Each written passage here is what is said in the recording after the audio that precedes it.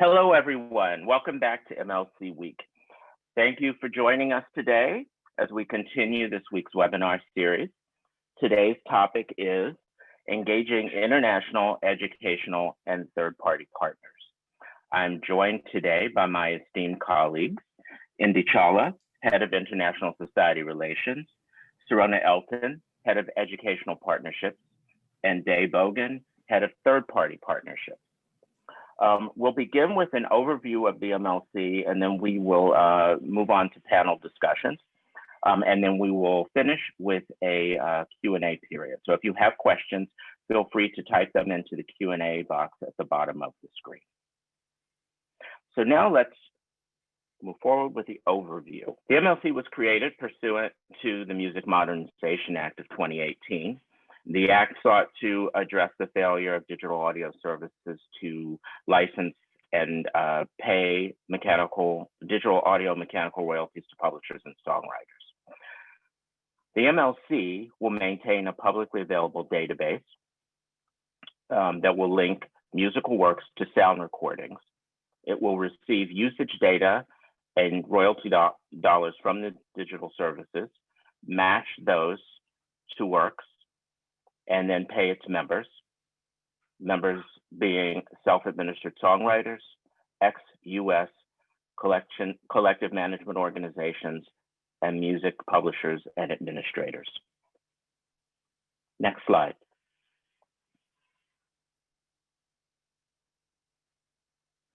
It's important to note what the MLC will and will not do. So the MLC will maintain a public database of musical works ownership information. It will administer a blanket license for mechanical rights in the US for eligible digital audio services. It will receive and match sound recording usage, reporting from data from digital audio services, and match that data to underlying musical works. It will also distribute digital audio mechanical royalties to music publishers, administrators, foreign CMOs, and self-administered songwriters. The MLC will not administer performance royalties. If you have questions regarding performance rights, you should contact your PRO, ASCAP, or BMI. For example, there are others. The MLC will not administer digital performance royalties for sound recording owners and performers. This is handled by Sound Exchange. If you have questions about those royalties, you should contact Sound Exchange. The MLC will not license audio-visual uses, also known as synchronization uses. So the YouTube type audio-visual uses that you may be familiar with will not be payable through the MLC. And the MLC will not administer mechanical licenses for physical products. Next slide. So key takeaways for your digital service, the blanket license availability date is January 1st, 2021. Existing DSPs have until February 15th of 2021 to register for the blanket.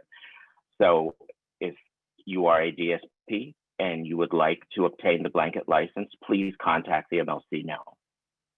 For music publishers, administrators, and collective management organizations, you should become a member. Only the MLC can administer blanket mechanical royalties, and you cannot opt out. So if you want to receive royalties that are collected by the MLC, you need to register as a member.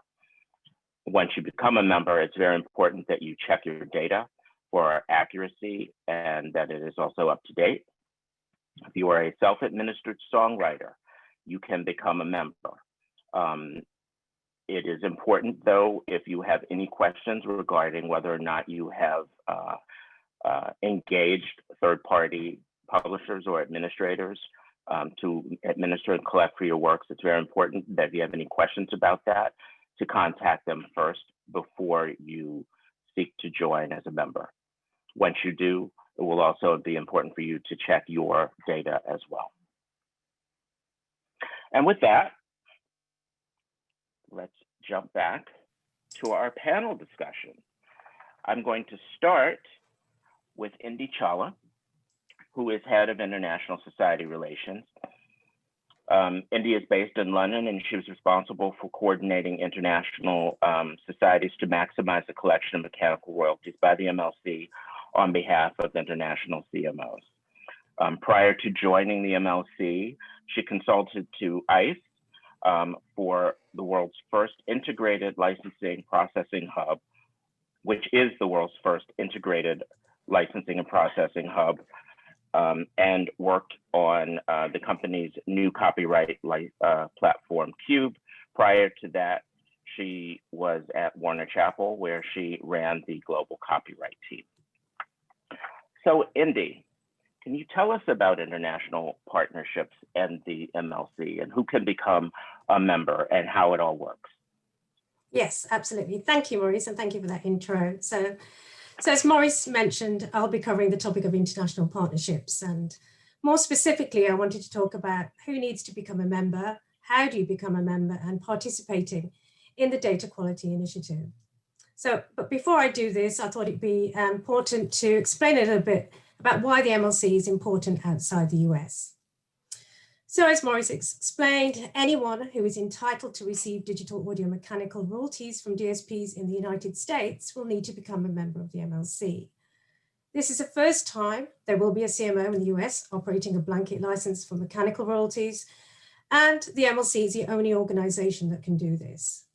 So why should the international community be interested in this? Well, from January next year, the blanket license being administered by the MLC will cover US digital audio usages of any work, regardless of where the rights holder is based. So you don't actually have to be in the US to be entitled to receive these royalties. So from an international perspective, that's really important. Also, something that should be of interest is that the MLC is establishing a public database where users can search for free, and members will be able to register, update, and collect their royalties. So this is why the MLC has been engaging with international rights holders, as well as those in the US, to ensure that they understand why the MLC is relevant to them. So to that end, we have been engaging with CSAC, which is the International Confederation of Authors and Composers, also with BEAM, which is the international organization representing mechanical rights societies, as well as individual CMOs and publisher organizations outside the US, to ensure that their members are aware of the significance of the MLC's role and how they can actually all benefit. So this engagement is ongoing. So if you are an international organization CMO that is yet to hear from the MLC, then please do get in touch via the website. So who needs to become a member? Well, internationally, a lot of you may have some publishers or administrators collecting US digital audio mechanicals on your behalf already. In that case, you do not need to become a member. In the first instance, you should speak to them, as the likelihood is that they've already signed up with the MLC and will continue to collect on your behalf. Now, if you don't have any representation in the US, then as a music publisher, administrator, or ex-US CMO, you may become a member of the MLC in order to register, update, and collect royalties for the works you control. So how do you become a member? So you've determined that you need to join the MLC. Then you can actually achieve this by going on to the MLC's member portal. And to get some more information about this, you can visit our website, the membership section of the MLC website, www.themlc.com/membership. And there you can find all the necessary details in how to become a member. Now, the last topic I wanted to touch on was the Data Quality Initiative, also known as the DQI. So the MMA framework, it envisaged a public database with additional responsibilities on the rights holders to check, maintain, and provide musical works data. So the MLC's role, one of the key roles of the MLC, is to establish and maintain a database of US musical works ownership and to create ways for the members to actually effectively check and update their data. Now, as we know, a key responsibility of any publisher or administrator is making sure that the organization from which they receive these royalties possess accurate and complete data regarding their works. So this is really where members can actually play their part in the accuracy of the public database. I mean, you can, of course, check your works one by one, but what the DQI does, it enables rights holders to more efficiently compare large schedules of works against their own information without having to manually check works one by one. So how does the DQI process work? Well, it uses a simple file format, and participants can upload or email files to the MLC. And MLC will then compare your data with the data that the MLC has and return comparison reports highlighting any errors or inconsistencies. Once, if you do find any discrepancies with the data, then you should determine how best to address these. For example, you may decide that you need to send in a revised CWR registration to get that work updated. Now, you can partake in this process as little or as often as you like. Maybe you just want to check a small subset of your works, or you may want to check a large catalogue or maybe of 1 million works. It's really up to you. So really the DQI process, it really allows you to check and compare your works, but it will not correct them for you. So it's really more of a verification exercise as opposed to a registration one. Now, the MLC is determined for the DQI to be accessible to as many rights holders as possible. So if you are interested and you're not sure whether your system can accommodate any file specifications, or you just want to learn more about it, then do get in touch with us now from the MLC website. This is really a good opportunity for rights holders to be proactive in ensuring their data is as accurate as possible in the public database. So that's it from me. I can hand over to Serona, or do you want to do the introduction? Sure, I will. Thank you, Indi. Next Thank up you. is Serona Elton, who serves as the head of educational partnerships for the MLC. In her role, Serona engages future members of the music industry currently studying music business and related subjects at colleges and universities across the country and around the world. Serona is herself an educator. She is a professor, director of the Music and Entertainment Industries Program, and Associate Dean of Administration at the University of Miami Frost School of Music. She's also a Yamaha Master Educator. Serona, can you tell us about educational partnerships and exactly who these partners are? Thank you. Sure, my pleasure. So hello, everybody. Educational partnerships as an area of the MLC is primarily going to be engaging with programs in colleges and universities. And we're going to do that in a couple of different ways, mostly with programs where, as you mentioned, Maurice, students are studying music business, music industry, different terminologies used at different schools, but also in some ways engaging with programs that educate songwriters and composers as well.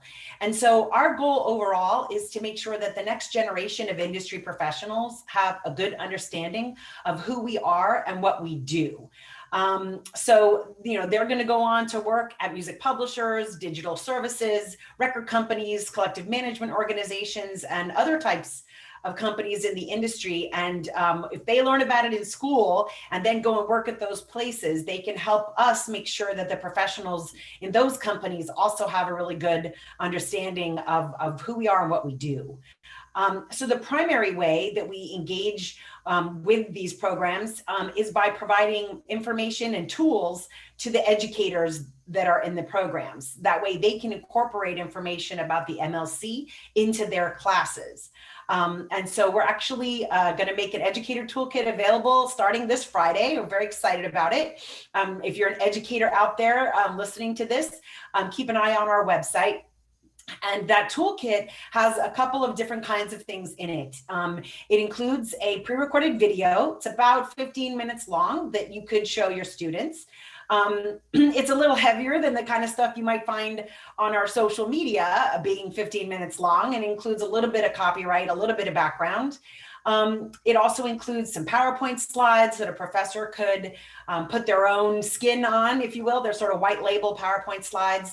There's also in-class activities, class discussion topics, exam questions, and a list of resources of different readings and videos that are out there. So that's our educator toolkit. We're very excited to be launching that very soon. And we're also exploring different ways where we might engage professors, instructors at the college level, and students at the college level to become more involved with us and really serve as our educational ambassadors. So we're still finalizing what that program looks like. It would probably be launched starting with what many schools call the spring semester, which starts in January. And the goal there is really to enlist the help of educators and college students to help make sure that songwriters and composers and publishers in their local community understand who we are and what we do, and are able to connect with someone to help even understand that they need to come and connect to collect with us. So that's really what my focus is in this role as the head of educational partnerships. So thanks Maurice. I'll kick it back to you. Sure, thanks, Serona. Next up is Dae Bogan. Dae is head of third-party partnerships for the MLC, where he leads the MLC's strategy for engaging third-party entities to support initiatives in rights administration, data management, operations, and membership services. Dae is also an educator. He is an adjunct lecturer at the UCLA Herb Alpert School of Music. He is also an entrepreneur, having founded 3 companies, Tune Registry, Royalty Claim, and Maven Pro. Welcome, Dae. Can you tell us about third-party partnerships and what types of partners would be working with the MLC? Absolutely. Thank you very much for the introduction. So the MLC third-party partnership strategy really focuses on 4 branches of partnerships in the beginning, which we think are most important to standing up the organization. The first branch of partnerships are mission-critical partnerships, which are partnerships that will enable us to further our mission to support songwriters and publishers. To that end, I'm really excited to announce that in that branch, we've recently partnered with a number of organizations or startups and companies around our data quality initiative. Indi spoke a little bit to our data quality initiative. Our data quality initiative is really to empower publishers and rights holders to be able to check their data in bulk and to act on any discrepancies. What we wanted to do is also ensure that we are working with rights technology companies that are already working with publishers and administrators to help facilitate them implement the data quality initiative. So there are 3 that we will be officially announcing soon, but I'll go ahead and announce them today, including Blocker, Tune Registry, and Exactuals, who are organizations or companies that already work with rights holders. And we've earlier this year announced Vistax and our integration with Music Maestro to also support publishers with the data quality initiative. Our next sort of platform for partnerships that I'm working on right now are cultural partnerships. And our cultural partnerships wanted to make sure that through the lens of cultural relevancy that we are identifying and highlighting creators and publishers, small publishers, through historically marginalized or underrepresented communities, including 4 focus areas, including Black music creators, Latinx music creators, Asian music creators, and LGBT music creators. And through these lenses, we begin having conversations with local, regional, and national organizations who support and stand up programs for outreach, for supporting careers in the arts, specifically in music, as well as issues around legal and policy specific to those focus areas. So really the goal is to make sure that we are speaking to all creators through lenses and channels that reach them so that they are aware of the MLC and that we also are addressing issues that may be specifically or uniquely challenging to certain communities. I'm really excited also about our innovation partnership strategy that I will be rolling out in 2021, focusing on working with a number of technology companies that's in the rights technology space. That includes catalog management software companies, companies around metadata, organizations that are focusing on work registrations globally to different CMOs. So we want to make sure that the MLC is what I call the 21st century music rights organization, that we are a part of the conversations around innovation, not only from our perspective in terms of our database and our portal, but also in terms of being interoperable and engaging with the technology companies and consortiums around the world that are looking and that are developing innovative products as well as innovative solutions to help rights holders manage and administer their catalogs. And then the fourth category of partnerships that I'm working on includes service-oriented partnerships. And through this lens, we're really focusing on the ways in which we can support the music industry, whether those, what is that as partnership with nonprofits, that are working on different types of initiatives that directly or indirectly impact royalties and performance or mechanical uses that create mechanical royalties. But it may just be also more broad than that. It may be partnerships that really help to focus on the music business or the music domain in general. We think that is part of our responsibility as an organization to be a part of the conversations around music business and music industry in general. And a lot of that will include partnerships internally with different departments, especially with Serona and what she's doing in the education sector. But there's also things that we'll be able to do with creating, whether it's infographics or white sheets or reports or research around mechanical usage or around other types of interesting things. So it's really open format, this category. I am open to incoming inquiries. I've already had a number of organizations and individuals and companies reach out to me via LinkedIn and via email.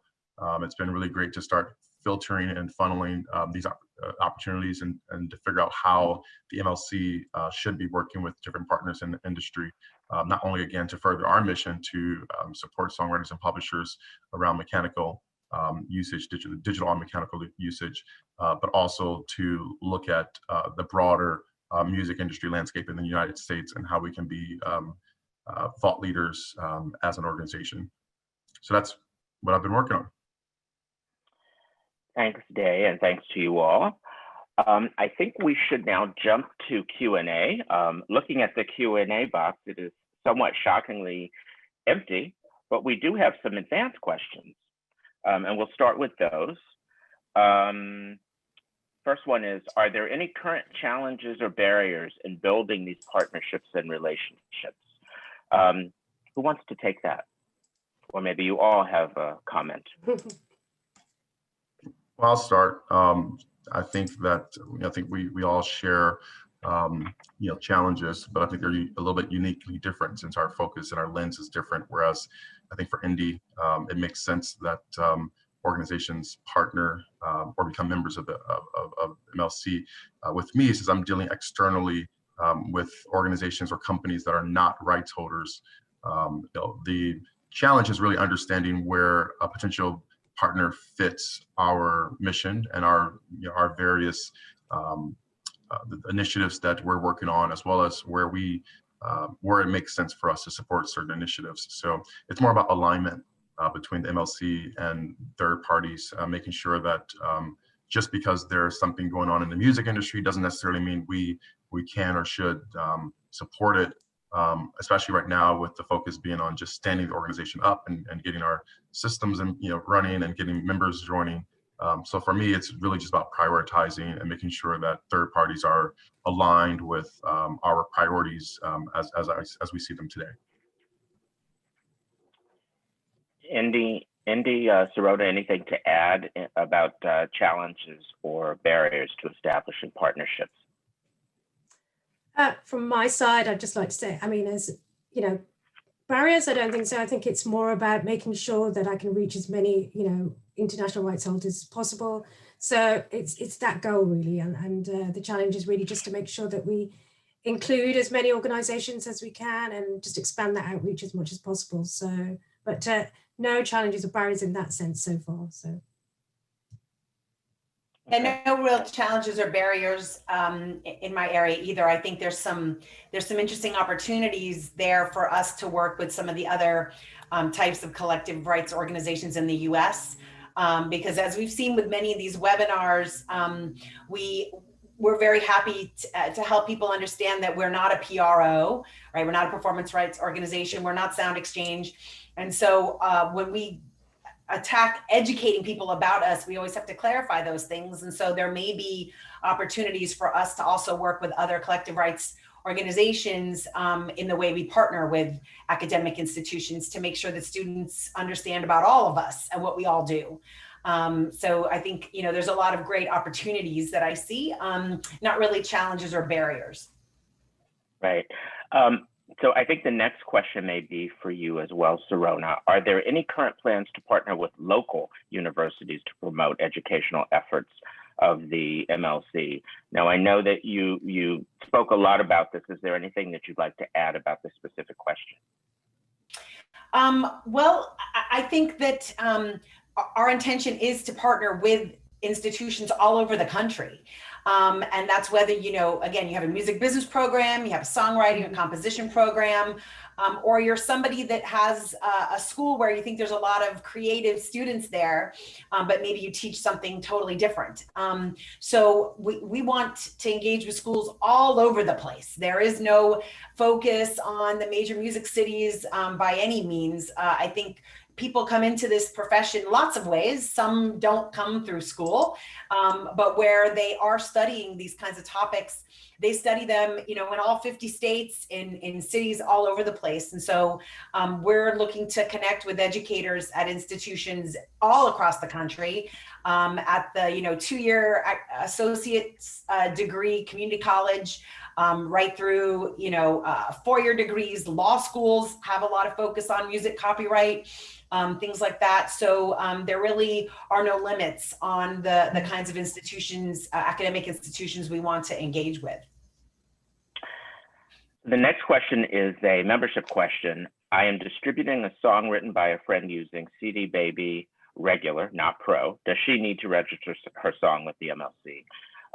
The real question is, who has the right to administer or to collect on that work? If it is your friend as a self-administered songwriter, your friend would be able to register to join as a member and to collect. However, it is important that your friend be very clear on whether or not she has engaged any third parties to do this before she joins.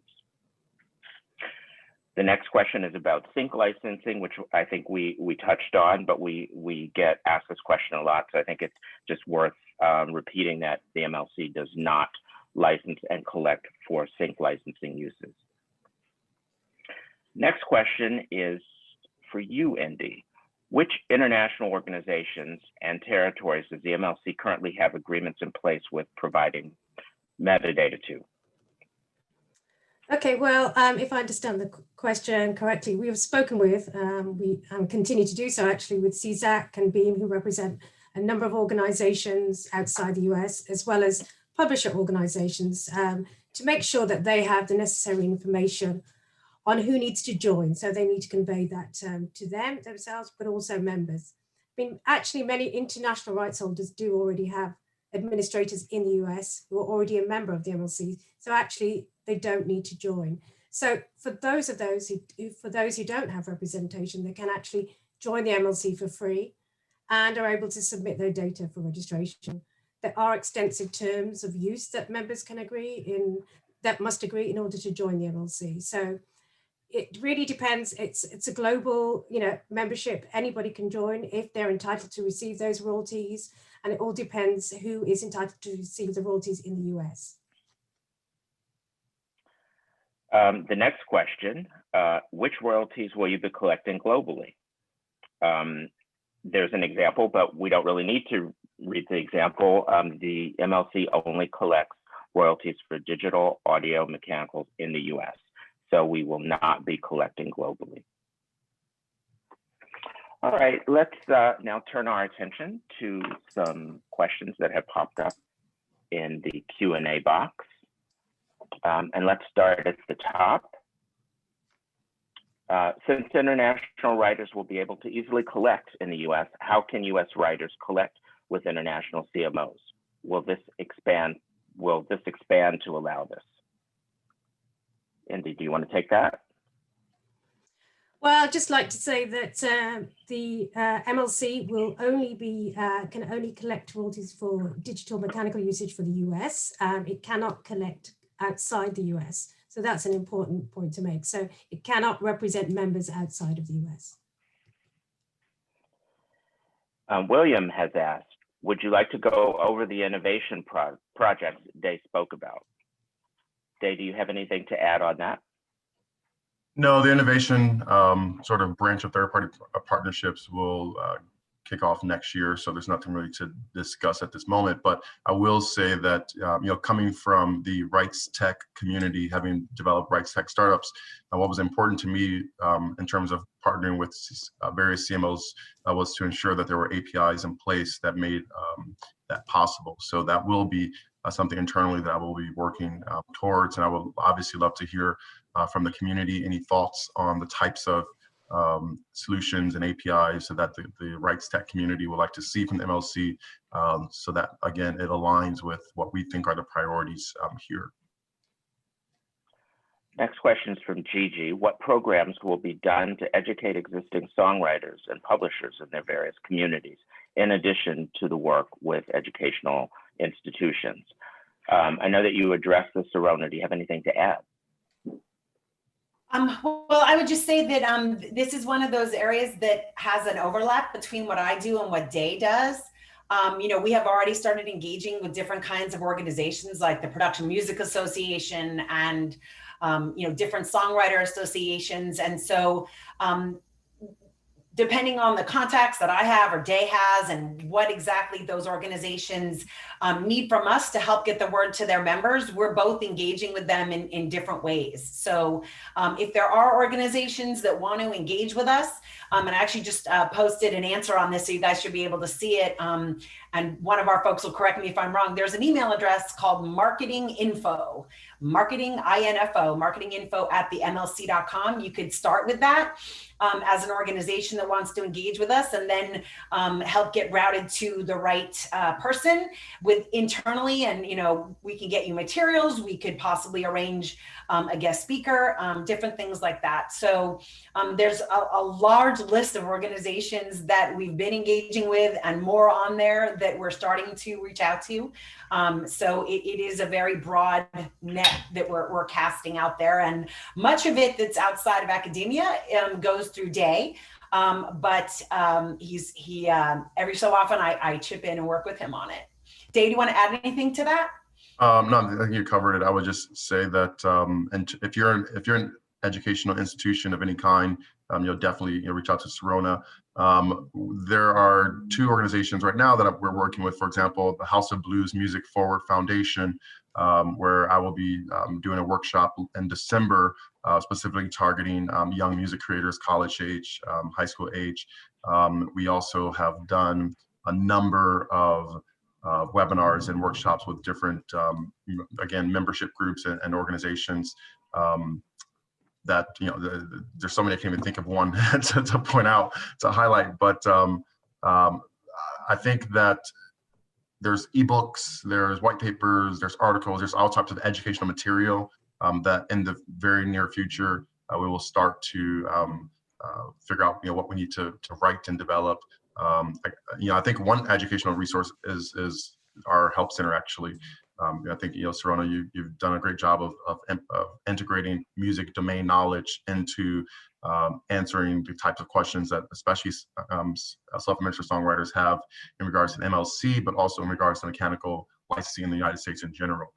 So I think as our website and our tools continue to develop, there will be education inherent to the type of support that we give. But the partnerships with organizations, for example, like Music Forward Foundation, is one example of how we can reach students and professionals as well. The next question is from Alfredo, and it involves Mexico, and he's asking if there's a similar organization in Mexico, something similar to the MLC. I'm not aware of any, but perhaps you have some knowledge of this, Indi.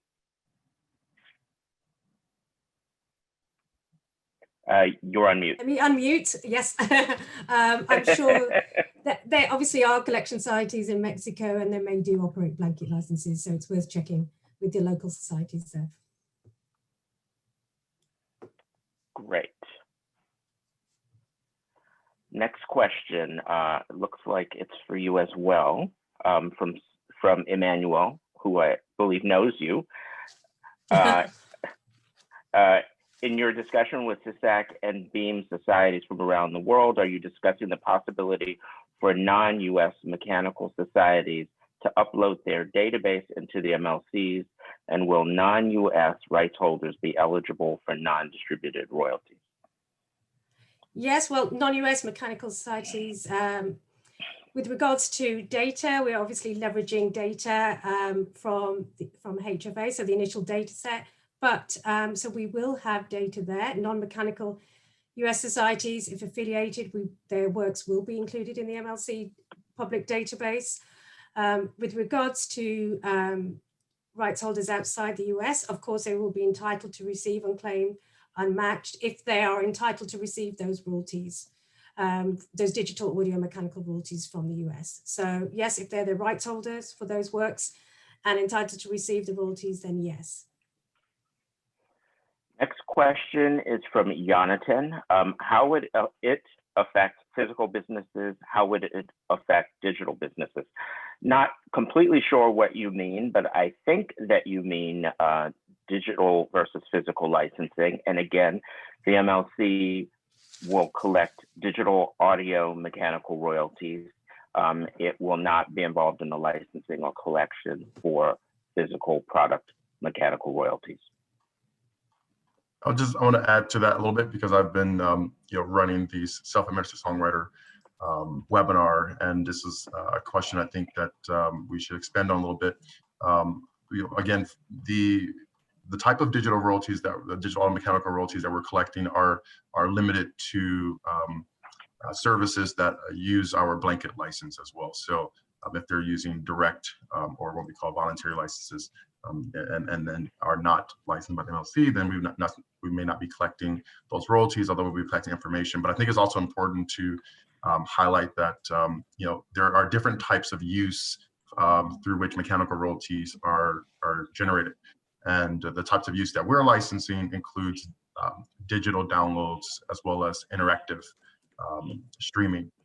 So we're not doing things like ringtones or physical, or we're not particularly licensing one-off cover songs. So there's other types of usage that does not fall into the category of the kind of the digital audio blanket license that we'll be issuing.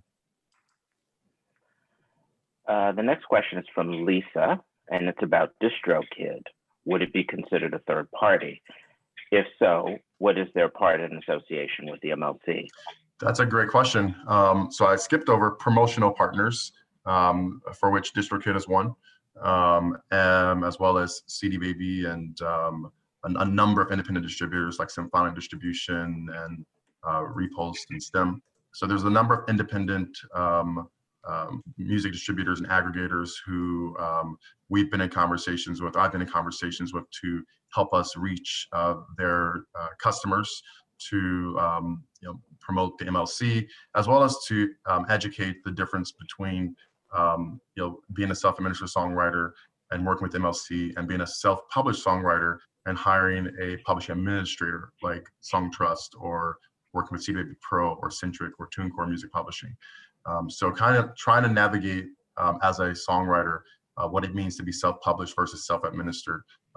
Those conversations and those communications, we're trying to work with the distributors, since distributors are engaging directly with independent creators who happen to be, most of them happen to be self-administered or self-published songwriters. DistroKid is a music distributor. They upload releases to DSPs.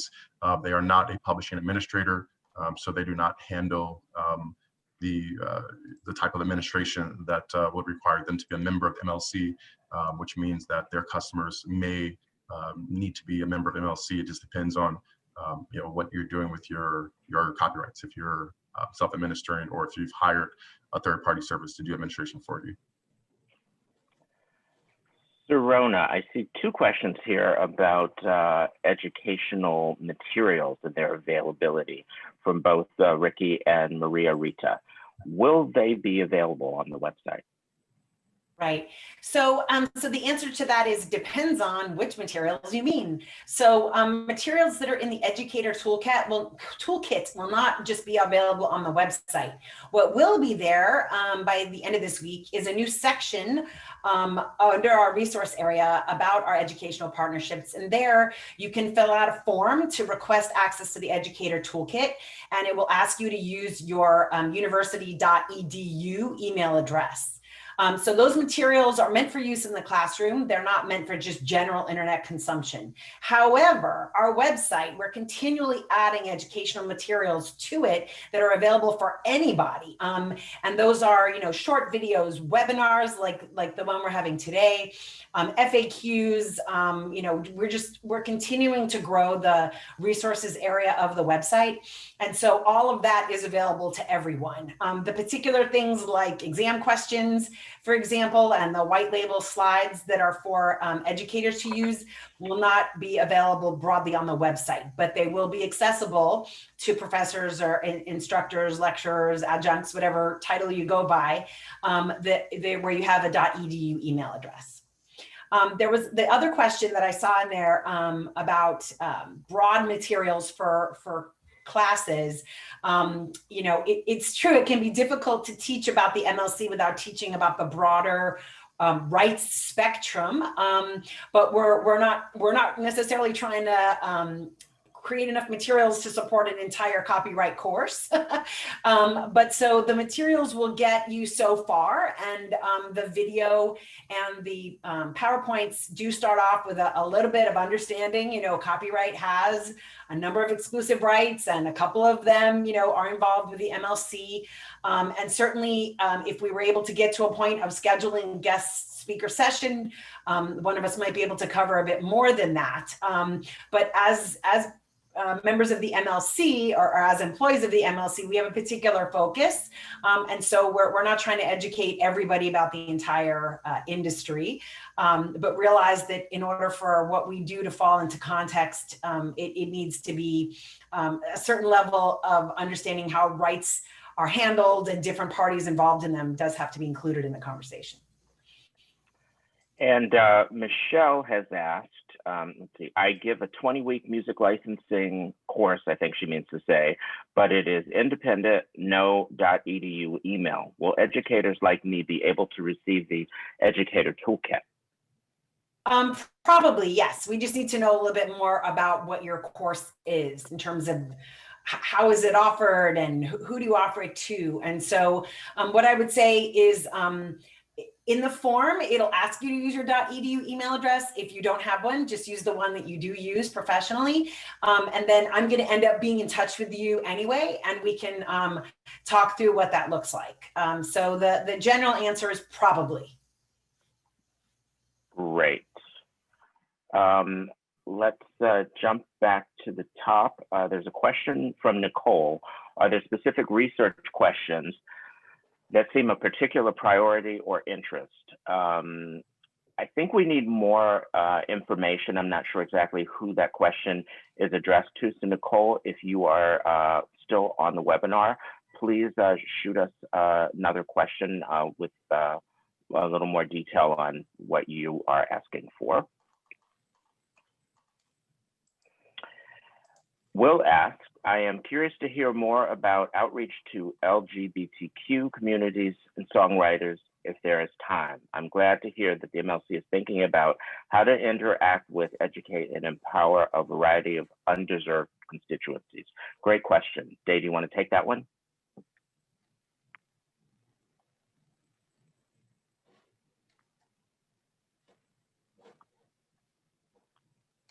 They might be frozen. I'm not seeing him move. I think Dae is frozen. I think he'll come back in a minute. So we'll come back to your question. Let's see. We just have a few questions left. Jonathan has come back regarding the question that he asked earlier about physical versus digital. physical businesses like supermarkets, digital businesses like websites where users can interactively select music. I think that it's still getting back to the type of product. So if you're talking about something that you would purchase in a supermarket, a music product, then that would be a physical, mechanical, and therefore not something that would go through the MLC. If you're talking about digital businesses that operate on websites and provide interactive streaming, then yes, those types of businesses would be able to obtain the blanket license. So I hope that answers your question. If not, please feel free to reach out to us at support@themlc.com and we can discuss it further.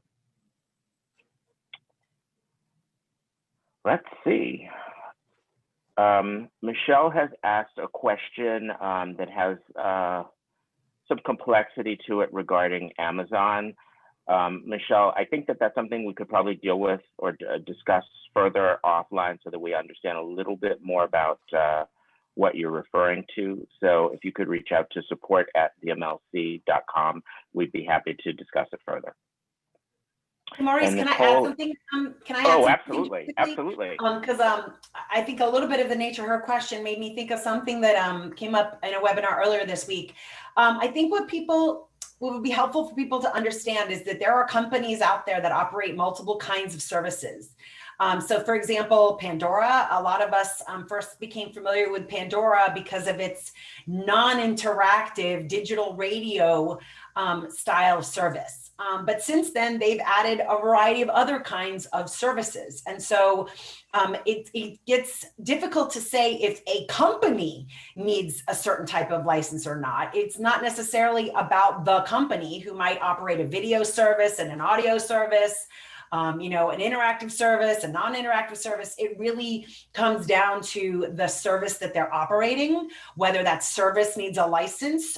But a lot of these are companies that are in lots of lines of business. And just because they may have gotten a license from us for digital audio, very narrow interactive streams, limited downloads, permanent downloads, and they also separately operate a video service, it doesn't mean that our blanket license in any way authorizes them to use the musical works in ways that are outside of the purview of our blanket license. So I just want people to understand that it's not about Apple getting a license or Pandora getting a license or even Amazon getting a license. It's down to the kind of service, what they're offering the consumer, and whether that's covered by our blanket license, which might be very different than another service that they also offer.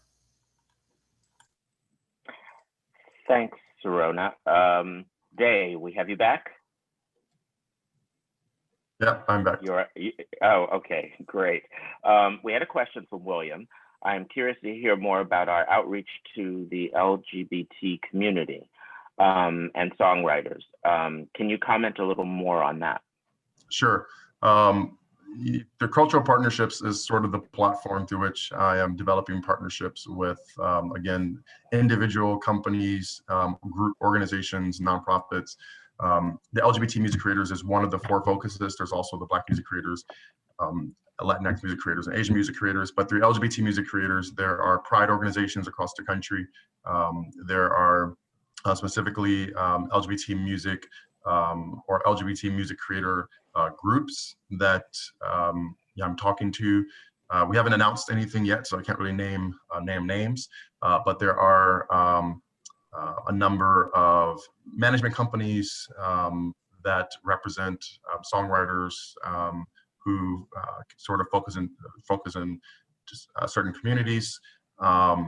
And it's more about educating these groups on the MLC, but also trying to highlight once they are members, what are interesting stories that we may be able to tell, or what are interesting ways that we can communicate effectively about the MLC and the importance of joining, as well as to again, sort of educate also more broadly beyond the MLC. There's a lot of that in regards to just being a music creator and being self-administered. So this is in early stages. I have a number of meetings in the pipeline to talk to groups and companies and individuals. So again, if you're watching this and you fall into one of those 4 categories and you're working on initiatives to specifically support LGBT music creators or Black music creators or Latinx music creators or Asian music creators, then I want to talk to those groups. And that's, again, through the cultural partnerships lens of our third-party partnership strategy. Thanks, Dae. And Nicole is back with more specifics on her question. And I think this pertains to your area as well, Dae.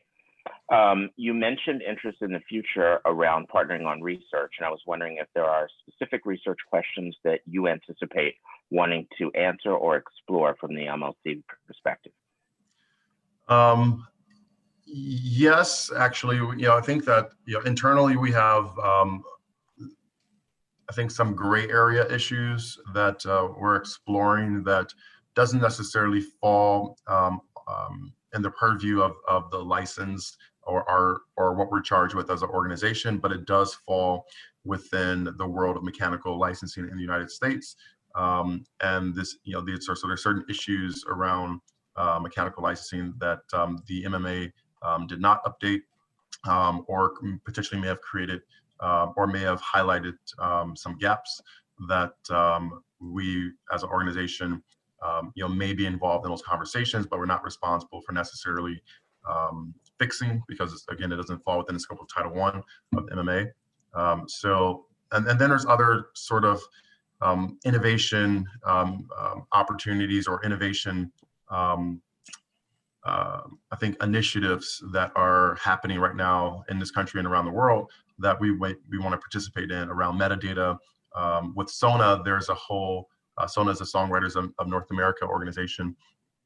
SONA has a really great initiative around metadata and getting music creators and songwriters to understand what metadata is through different initiatives that they're working on. We're a part of that as well.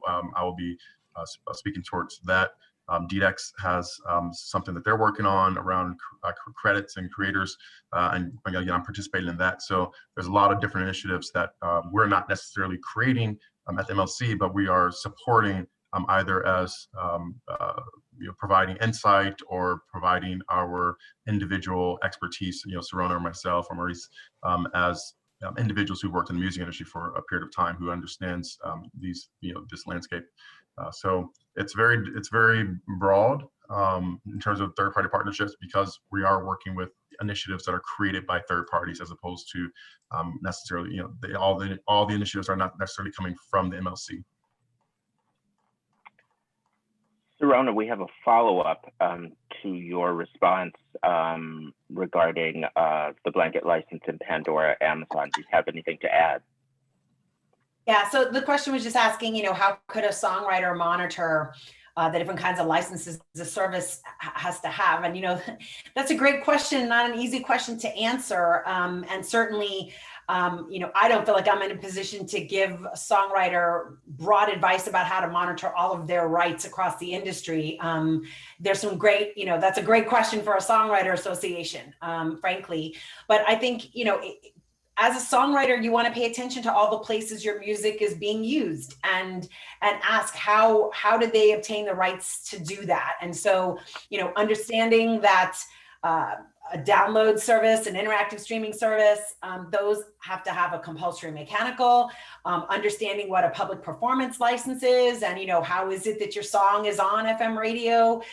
How is it that your song is on Pandora radio? Understanding that they need to have a public performance license for that. And so you should be looking for those royalties coming through your performance rights organization. I think the key is just to really understanding how rights work in the industry and the kinds of licenses that different digital services need. There'll be information on our website. I know the PROs have a lot of educational information on their websites as well. And a lot of things beyond the MLC that don't involve mechanicals do involve performance royalties. And so, looking for things like digital radio and how our services like YouTube licensed, I would look to your PRO's information about a lot of that. So certainly we are not the be all end all source of all answers. But I think all songwriters owe it to themselves to be educated to understand what are the revenue flows and the licenses that each of these services need, so they know where to be on the lookout for those royalties to come from. Next question is from Kavar. When will I get my invite to the MLC portal? We are in the process of rolling out the portal, and you will be receiving an invite shortly. So thank you for your patience. And it looks like we're down to our final couple minutes. I'd like to just open the floor to the panelists to see if they have any closing remarks. Indi, I started with you, and I'll come back to you. I would just like to say, I just think it's important for the international rights community to be engaged with what the MLC is doing. The rights holders can benefit. It's, again, just to clarify, the rights holders don't have to be based in the US. They can be based outside the US. There will be a public database. So there's lots of advantages, some good work happening here. So there's advantages for a lot of people and not just in the US. Thanks, Indi. Serona? Sure. So we're really eager to educate everyone wherever you are at. So we obviously, my particular area is in academia, but just about everything else is covered by Dae's area. And so we want to engage with different organizations, help make sure that your members understand who we are, what we do, and overall make sure that they're doing all the things they need to so that they collect all the royalties that are entitled to them across the industry. So please pay attention to our website. Make sure that you also do things like sign up for our newsletter.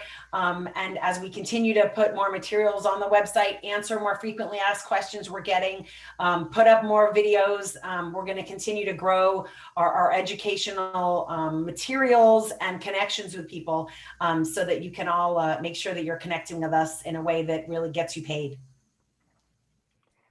And Dae? I would just say if you are an organization or if you're an individual who are really passionate about supporting songwriters, feel free to reach out to me and talk to me about what you're working on, and if it makes sense to establish some type of partnerships or synergies between us. We've done that with individuals as well. Recently, there was a woman, Patrice, who I did a podcast for. She has a really great podcast educating independent artists on just the music industry and updates, and so there's small things that we're doing, and there's also big things that we're doing with national organizations. So whether you're just an individual who's passionate about supporting creators, or you're a well-funded organization that has lots of members who needs information on how to educate or communicate what we're doing, we're here to have those conversations, and we've been having those conversations. So I'm really excited to see our continued partnerships in the music industry, both with companies and with organizations, and again with individuals as well. Thanks, Dae. Well, thank you to all of the panelists for joining us today. Thank you also to all of the participants for joining us for MLC Week. And we look forward to speaking with you again very soon. Thanks. Bye. Thank you. Bye.